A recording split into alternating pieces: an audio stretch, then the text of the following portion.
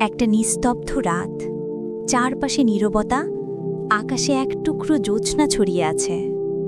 মক্কার মানুষ তখন ঘুমে অচেতন। কেউ জানে না আজকের রাত ইতিহাসের এক অলৌকিক ঘটনার সাক্ষী হতে যাচ্ছে। রসুলুল্লাহ সাল্লাল্লাহু আলাইহি ওয়াসাল্লাম তখন মক্কায় দাওয়াত দিচ্ছেন, মানুষকে আল্লাহর একত্বে আহ্বান করছেন।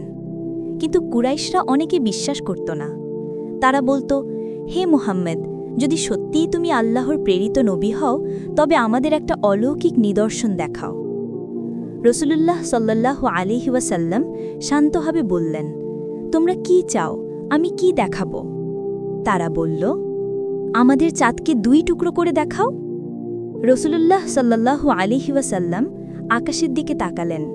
তার চোখে এক শান্ত ভরসা, আল্লাহর প্রতি পূর্ণ আস্থা।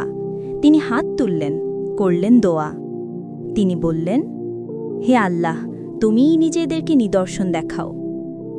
তারপর হঠাৎ আকাশে কিছু একটা ঘটতে লাগল।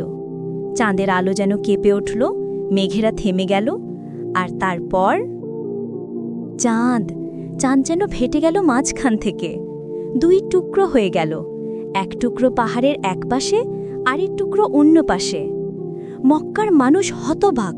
তারা চিৎকার করে উঠল, আল্লাহর কসম, চাঁদ তো সত্যিই 2 ভাগ হয়ে গেছে। কেউ বিশ্বাস করতে পারছে না, কেউ অবাক হয়ে আকাশের দিকে তাকিয়ে আছে।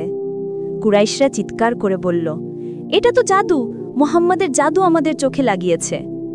কেউ কেউ বলল, যদি এটা জাদু হয় তাহলে অন্য শহরের মানুষও দেখবে না? অপেক্ষা করো, আমরা ভ্রমণকারীদের জিজ্ঞেস করব।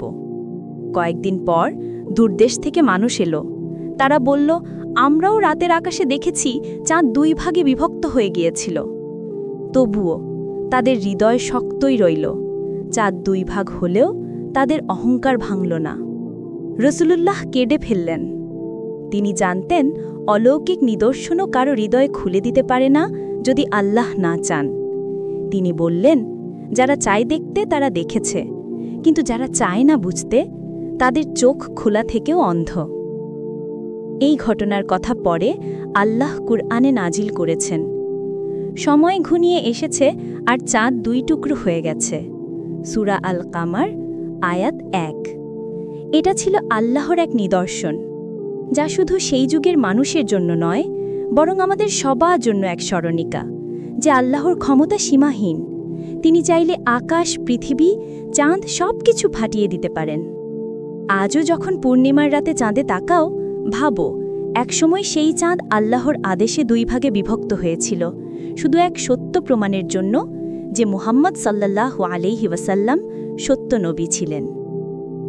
যদি আমরা হৃদয় দিয়ে দেখি, তবে প্রতিদিনের চাঁদও আমাদের ঈমান জাগাতে পারে।